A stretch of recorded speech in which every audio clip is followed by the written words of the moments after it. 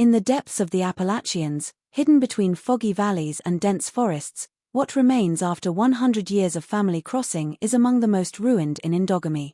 For decades, the history of the Caldwell family has remained buried.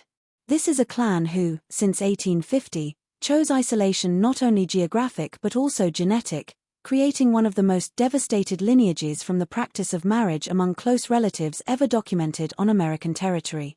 A journey through time, this story reveals how decisions made more than a century ago irrefutably shaped the fate of whole generations.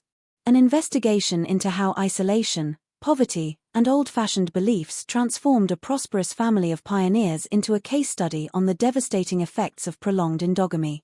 Our history begins in 1847 when Thomas Caldwell, a prosperous wooden trader from eastern Virginia, decided to seek new opportunities in the unexplored lands of the West.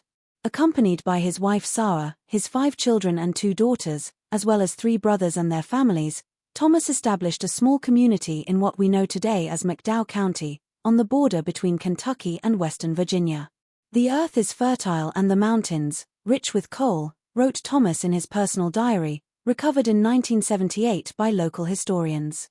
"Here, far from the corrupting influences of large cities, we can build a community based on true Christian values and moral purity."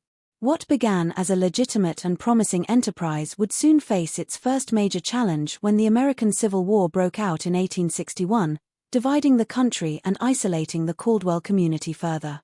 Historical records show that, fearful of being recruited by either side in the conflict, the Caldwell men took their families even deeper into the mountains. They settled in a remote valley locally known as Hollow Creek. A protection measure initially, this insulation became permanent after the war's end. Instead of reintegrating into developing society, the Caldwells decided to remain in their mountainous refuge, developing a growing contempt for external influences and a strong sense of self-sufficiency. It was in this context that the first marriage between first-degree cousins in the family occurred. In 1879, Joseph Caldwell, grandson of Thomas, joined his cousin Elizabeth. According to Joseph's diary, preserved by Kentucky's Historic Society, this decision was made after a failed attempt to find a wife in the nearest city. "The city's girls are frivolous and impure," wrote Joseph. "Elizabeth knows our customs and values. Our blood is strong, and it will remain." Considered acceptable at the time in many American rural communities, this marriage established a precedent that would be repeated with increasing frequency in the following generations. As the family grew and remained isolated, marriage options became increasingly limited. What we observed in the Caldwells was not just a case of occasional endogamy but a systematic practice that intensified over several generations, explains historian Dr. Margaret Hollingsworth of the University of West Virginia, who extended the Caldwell family records. By around 1920, virtually all family members were multiple descendants of common ancestors. The first visible signs of the effects of this continuous intercrossing appeared in the 3rd generation of consanguineous marriages. Medical records from 1915, found in the estate of a local doctor, document the birth of 3 Caldwell children with atypical physical characteristics, including extra fingers, underdeveloped jaws, and significant cognitive difficulties. Dr. Elijah Montgomery, a rural physician who occasionally attended to the community, noted his observations with growing concern. Caldwell's problematic births became alarmingly frequent. "I tried to warn them about the risks of close relatives, but I was received with hostility and accusations of external interference." The Great Depression of 1929 only intensified the family's isolation. While the rest of the country struggled with economic difficulties, the Caldwells, already used to self-sufficiency and isolation, retreated even more from contact with the outside world. It was during this period that the practice of marriages between siblings and half-siblings began to occur. According to documents recovered later, a social worker sent as part of the New Deal initiatives to assist isolated rural communities managed to briefly visit the Caldwell settlement in 1937. His report, filed with the Congress Library, offers a disturbing glimpse.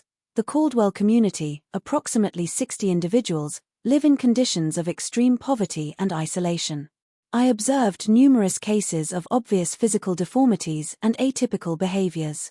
When I questioned the prevalence of these conditions, I was informed that they were considered marks of family distinction. I recommend immediate intervention by public health authorities. Despite this recommendation, no significant intervention occurred. With the beginning of World War II, government resources were redirected and the Caldwell family continued their path of isolation and endogamic marriage practices. Check it out if you are already subscribed to this channel so as not to lose the most impactful revelations about hidden consanguinity stories that have shaped entire communities and left devastating genetic legacies that persist to this day. The 1950s marked a critical point in the history of the Caldwell family. It was during this period that the almost a century of genetic consequences from consanguineous marriages became impossible to ignore, even for the family members themselves. A non-official census conducted in 1952 by local health authorities, who finally got access to the community, documented that of the 82 Caldwell family members living in Hollow Creek, 37 had significant physical anomalies. These included reduced stature, craniofacial malformations, extra digits, syndactyly, severely compromised vision, and varying degrees of cognitive impairment. Dr. Harold Jenkins, a geneticist at the University of Louisville who studied the Caldwell medical records in the 1970s, offers a scientific explanation for what happened. What we observed in the Caldwell family is a classic example of how endogamy intensifies the expression of harmful recessive genes. In a diverse population, these genes rarely find their pair. The likelihood of these recessive genes finding each other increases dramatically. The situation of the Caldwell family remained widely unknown to the American public until 1956, when a journalist from the Louisville Courier-Journal, Robert Thornton, heard rumors about a mountain family with unusual characteristics. Initially interested in writing a human interest article on rural life in the Appalachians, Thornton eventually discovered something much more disturbing. With considerable difficulty and after gaining the confidence of some younger members of the family who occasionally visited the nearest city to sell handicrafts, Thornton managed to visit the Caldwell community. The article he published next, entitled The Forgotten Valley, caused a national sensation. Hidden in the mountains of our own state, wrote Thornton, see Americans that time has forgotten. The Caldwell family exists in almost complete isolation, perpetuating marriage practices that modern science has long recognized as harmful. The result is a community where genetic deformities and cognitive deficiencies have become the norm, not the exception. Accompanied by photographs showing precarious living conditions and family members with obvious physical anomalies, the article caused immediate reactions.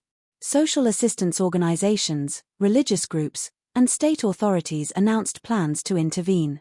However, the Caldwell family's response was to withdraw even more deeply into its isolation, blocking Hollow Creek access and threatening any outsider that tried to approach. One of the most disturbing aspects revealed by Thornton's investigation was the belief system the family had developed to justify their marriage practices. Interviews with more communicative members of the family revealed a peculiar ideology that mixed distorted interpretations of religious texts with a strong sense of genetic exceptionality. Caldwell blood is special, said family patriarch Jeremiah Caldwell in a rare interview with Thornton. The outer world is contaminated. We preserve our purity through generations, and the marks on our bodies are signs of our distinction, not curses like the ignorant believe. This belief in the superiority of family blood was used to justify even the most extreme cases of endogamy, including unions between parents and children and between siblings, documented in family records later recovered. Dr. Elizabeth Harrington, a cultural anthropologist who has studied isolated communities from the Appalachians, explains this phenomenon. What we see in the Caldwells is a classic example of how prolonged isolation can lead to the development of belief systems that justify harmful practices. As negative genetic effects became more evident, the family developed a narrative that transformed these consequences into marks of distinction or even blessings. The 1960s brought significant changes to the region with government programs such as President Johnson's War on Poverty, specifically focusing on the isolated communities of the Appalachians. Roads were improved, schools were built, and social services were expanded. These initiatives finally began to reach even the most isolated corners of the mountains. In 1967, social workers and health professionals, accompanied by state police, finally got access to Hollow Creek after receiving anonymous reports on inhuman conditions involving children. What they found shocked even the most experienced professionals. "The situation exceeds our appropriate description," wrote social worker Clara Roberts in her official report. "Children with severe deformities live without access to basic medical care. We have identified several cases of individuals with urgent medical needs who have never received any form of treatment. The level of cognitive impairment in many cases makes the capacity for informed consent in marriage relations that continue to occur impossible."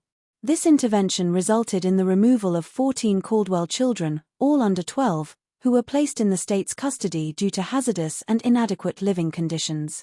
The action generated violent resistance from some family members, resulting in the death of 2 state police and 3 Caldwell men during an armed confrontation that became locally known as the Hollow Creek Siege.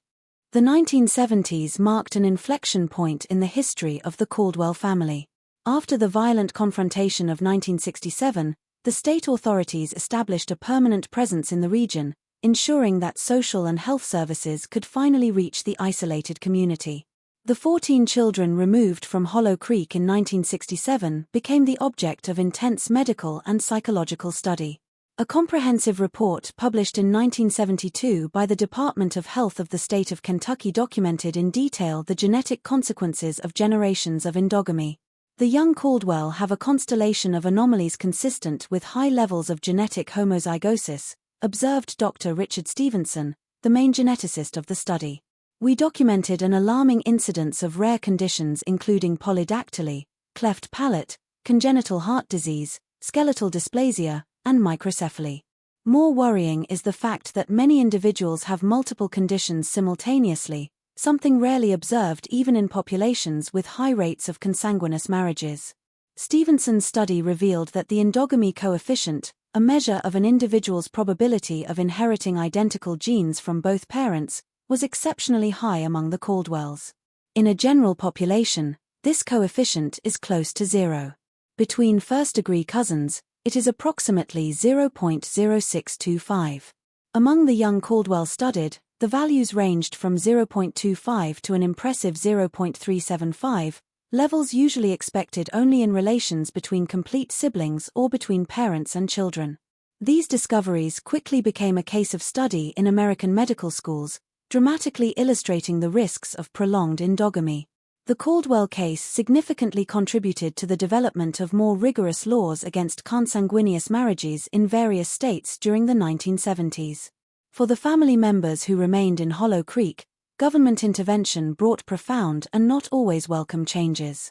Social workers reported continuous resistance to changes in marriage practices even in the face of clear evidence of the resulting genetic damage.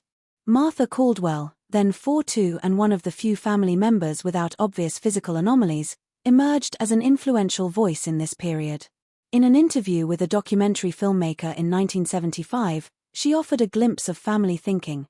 "You come here with your diplomas and laws, saying that our way of living is wrong, but who are you to judge? For generations, Caldwells took care of our own. We love our children no matter how they are born. In the outside world, they would be ridiculed and rejected. Here they are family."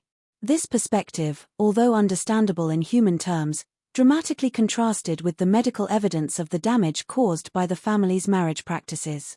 Dr. James Montgomery, a psychologist who worked extensively with family members during this period, noted, "What we witnessed in the Caldwells is a form of isolation that transcends the geographical. Throughout generations, they have developed a system of beliefs that normalizes harmful practices and reinterprets negative consequences as positive. Breaking this cycle requires more than just medical or legal intervention. It requires a complete cultural reorientation." If you are following this story here, stop right now and leave the phrase in the comments, "The blood that unites also condemns." Your participation is fundamental for us to continue bringing these stories that reveal the darkest corners of human experience. In 1977, a tragic event further shook the already fragile Caldwell community. A fire, apparently caused by a knocked-over lamp, quickly consumed several of the precarious wooden housings in Hollow Creek. 5 family members, all with reduced mobility due to genetic conditions, perished in the flames. This incident catalyzed a new wave of government intervention. The state authorities, citing dangerously inadequate living conditions, ordered the complete evacuation of Hollow Creek. The 37 remaining members of the family were relocated to subsidized houses in 2 small towns in the region.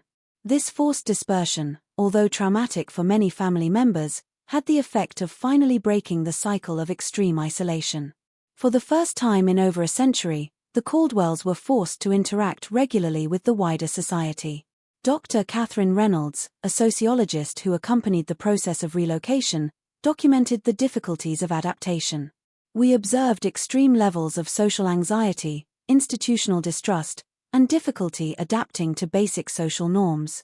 For many of the adult Caldwells, especially those with cognitive limitations, the transition was deeply traumatic.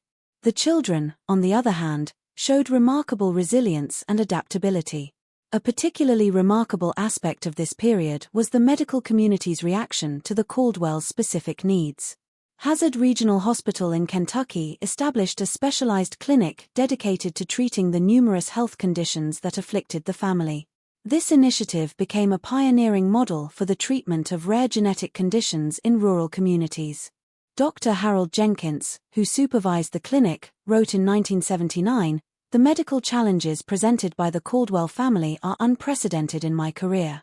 We are essentially treating the consequences of an involuntary genetic experiment that extended for more than a century.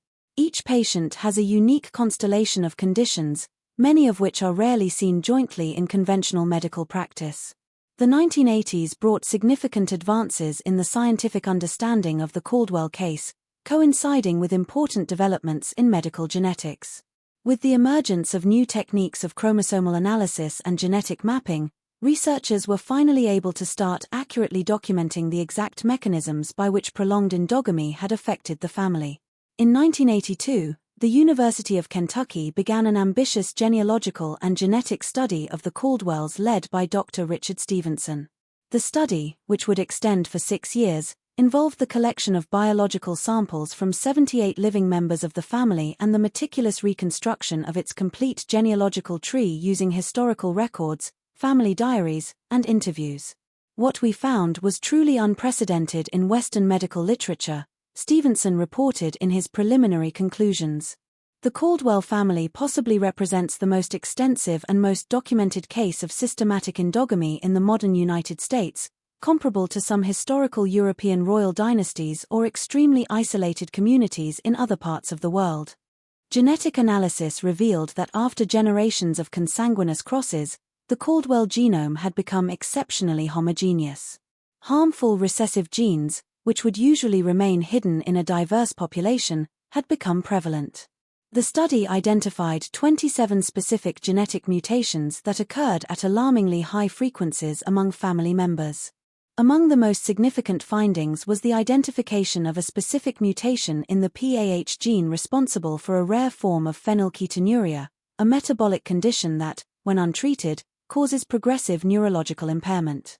This particular mutation, nicknamed the Caldwell variant in medical literature, had not been previously documented and seemed to be exclusive to the family.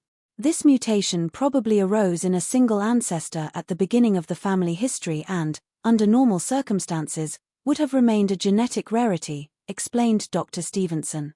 However, due to repeated consanguineous marriages, the mutation has spread widely within the family lineage, affecting approximately 40% of the living members of the family to some degree. The publication of these results in 1988 in the prestigious American Journal of Human Genetics generated intense discussion in the scientific community and renewed public interest in the case. A documentary produced by PBS entitled Blood Legacy, The History of the Caldwells, reached a national audience and brought unprecedented attention to the risks of endogamy and the specific situation of the family. For the Caldwells themselves, the 1980s was a period of continuous and difficult adaptation. Younger generations, particularly those born after the dispersion of the family in 1977, began to integrate with the wider society with varying degrees of success. Rebecca Caldwell, born in 1968 and one of the children removed during the initial intervention, became an important family spokeswoman.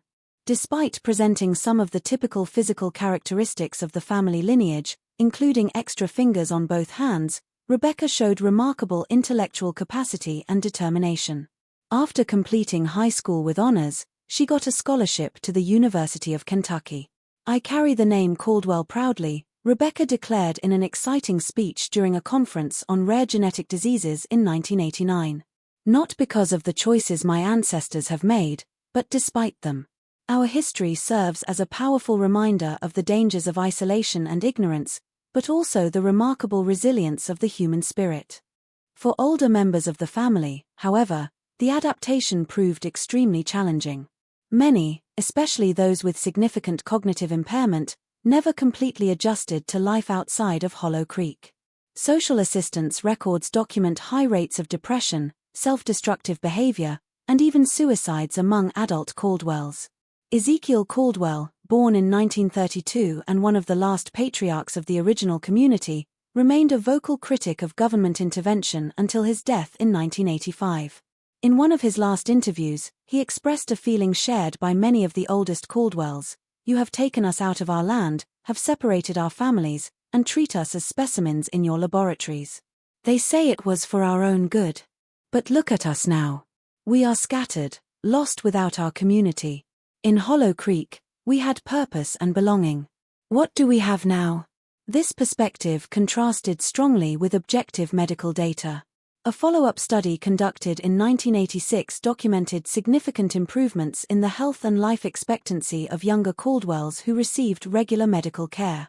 Particularly notable was the fact that since the dispersion of the family and the consequent cessation of consanguineous marriages, no new child had been born with the most severe forms of the genetic conditions that characterized previous generations.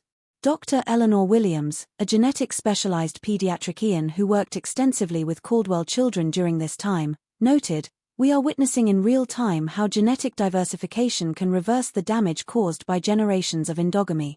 Caldwell children born to individuals outside the family have dramatically fewer congenital anomalies. It's a validation of the basic principles of population genetics." As the decade came to an end, it became increasingly clear that the intervention, despite its traumatic aspects, had effectively interrupted a cycle of cumulative genetic damage that could have led to the complete unfeasibility of the family lineage within a few generations. As we approach the present, the history of the Caldwell family becomes a case study about the dangers of endogamy to a more complex narrative on inheritances, identity, and reconciliation. The 1990s and 2000s witnessed both persistent challenges and remarkable successes for the descendants of this singular family lineage. In 1992, Dr. Richard Stevenson and his team published his definitive study on the Caldwells, a monumental work that meticulously documented 6 generations of family history and its genetic effects. Considered a milestone in the literature on isolated populations genetics, the study revealed that the average endogamy coefficient among Caldwells born before 1977 was approximately 8 times larger than that observed in communities where marriages between first-degree cousins occur occasionally. The Caldwell case represents an almost parallel extreme in modern medical literature, concluded Stevenson. The observed genetic consequences offer exceptionally valuable insights on how recessive deleterious genes manifest themselves in highly endogamic populations, with significant implications for our understanding of rare genetic diseases in general. For the Caldwells themselves, the 1990s was marked by a process of gradual social integration and, in some cases, reconciliation with its complex legacy. A significant event occurred in 1994 when Rebecca Caldwell, now graduated in social work and working with isolated rural communities, organized the first formal family meeting since the Hollow Creek dispersion. More than 120 Caldwells of various generations attended the event, held at a state park near the original place of the family settlement.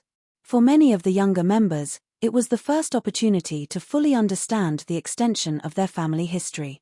"We are not here to celebrate the choices that led our family to so many difficulties," said Rebecca in her opening speech. "We are here to recognize our survival and our determination to break the cycle. Knowing our story is the first step in ensuring that it does not repeat itself." The meeting became an annual event, gradually evolving from a family reunion to an informal conference on rare genetic conditions. In 1999, The Caldwell Foundation for Genetic Research was officially established with the mission of supporting studies on rare genetic diseases and educational programs on endogamy risks. While some family members actively embraced their role as educators and advocates, others fought the persistent stigma associated with the name Caldwell. Judicial documents show that between 1990 and 2005, at least 28 individuals with Caldwell ancestry legally petitioned to change their surnames, citing discrimination and harassment. James Caldwell, born in 1970 and unaffected by polydactyly and other physical family anomalies, described his experience in an article published in 2002. Growing up as a Caldwell means carrying its genetic history not only in your body but also in your name. Each presentation, each job interview, each first date is preceded by the inevitable question, Caldwell? Despite these challenges, the first decade of the 21st century also witnessed remarkable success stories among Caldwell descendants. Dr. Michael Johnston, a geneticist at Johns Hopkins University who accompanied the family for decades, observed in 2010, "What we see now, 3 decades after the intervention that dispersed the family, is a remarkable demonstration of human resilience. Many of the younger Caldwells, born after the end of consanguineous marriages, are carrying productive and healthy lives, some despite significant genetic conditions. It is a testimony of both the potential of medical intervention and the importance of appropriate social support systems." A particularly significant milestone occurred in 2007 when Thomas Caldwell, great-grandson of Hollow Creek's last patriarch, became the first family member to graduate in medicine, specializing in medical genetics. Dr. Thomas Caldwell dedicated his career to studying and treating the same conditions that affected generations of his own family. "My family history is not just a legacy," he declared in his graduation ceremony. "It is a responsibility and an opportunity. Few doctors have such an intimate understanding of the conditions they treat. This personal knowledge informs every aspect of my practice."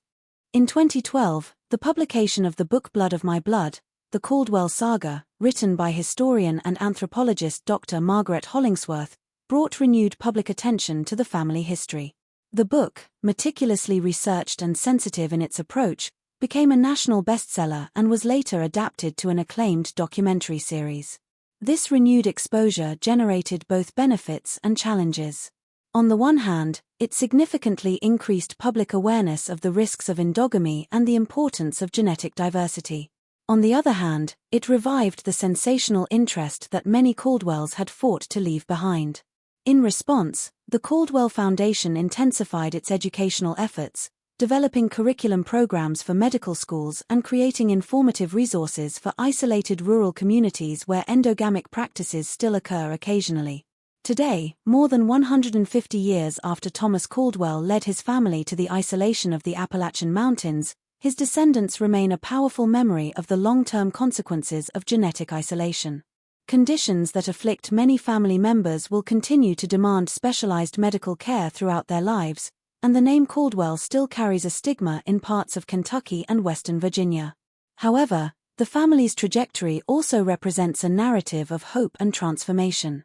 The latest generations of Caldwells, born after the end of endogamic marriage practices, have drastically fewer severe genetic conditions than their ancestors. They carry the genetic markers of family endogamy, but have access to medical care and social support that their ancestors could never imagine. In 2015, a comprehensive study conducted by the University of Kentucky compared genetic data from 5 generations of Caldwells, graphically demonstrating how the genetic diversification that occurred in the last 4 decades began to reverse the legacy of endogamy. The study revealed that the frequency of deleterious recessive genes, although still high compared to the general population, had significantly diminished among Caldwells born after 1980. What we observe in contemporary Caldwells is a fascinating example of how genetic flow can begin to recover a severely compromised lineage, explained Dr. Jennifer Ramirez, the main author of the study. Although the effects of historical endogamy are still evident, each new generation shows measurable signs of greater genetic vigor. For approximately 250 individuals who today can trace their lineage directly to the original Hollow Creek inhabitants, this research has offered a new perspective on its place in American medical and social history. Particularly remarkable was the development in 2018 of an experimental genetic therapy specifically directed to the Caldwell variant of phenylketonuria, the unique genetic mutation identified decades earlier by Dr. Stevenson. This therapy, developed with the active participation of family members affected by the condition, demonstrated promising results in initial clinical trials.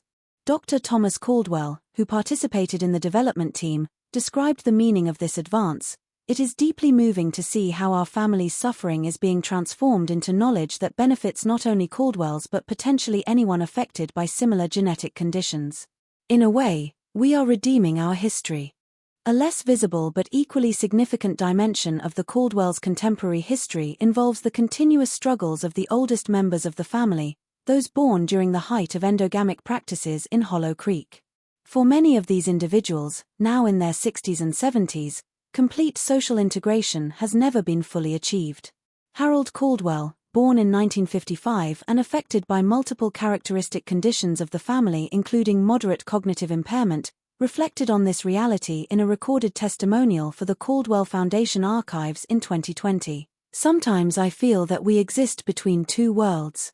We are too Caldwell to be completely accepted in the outside world.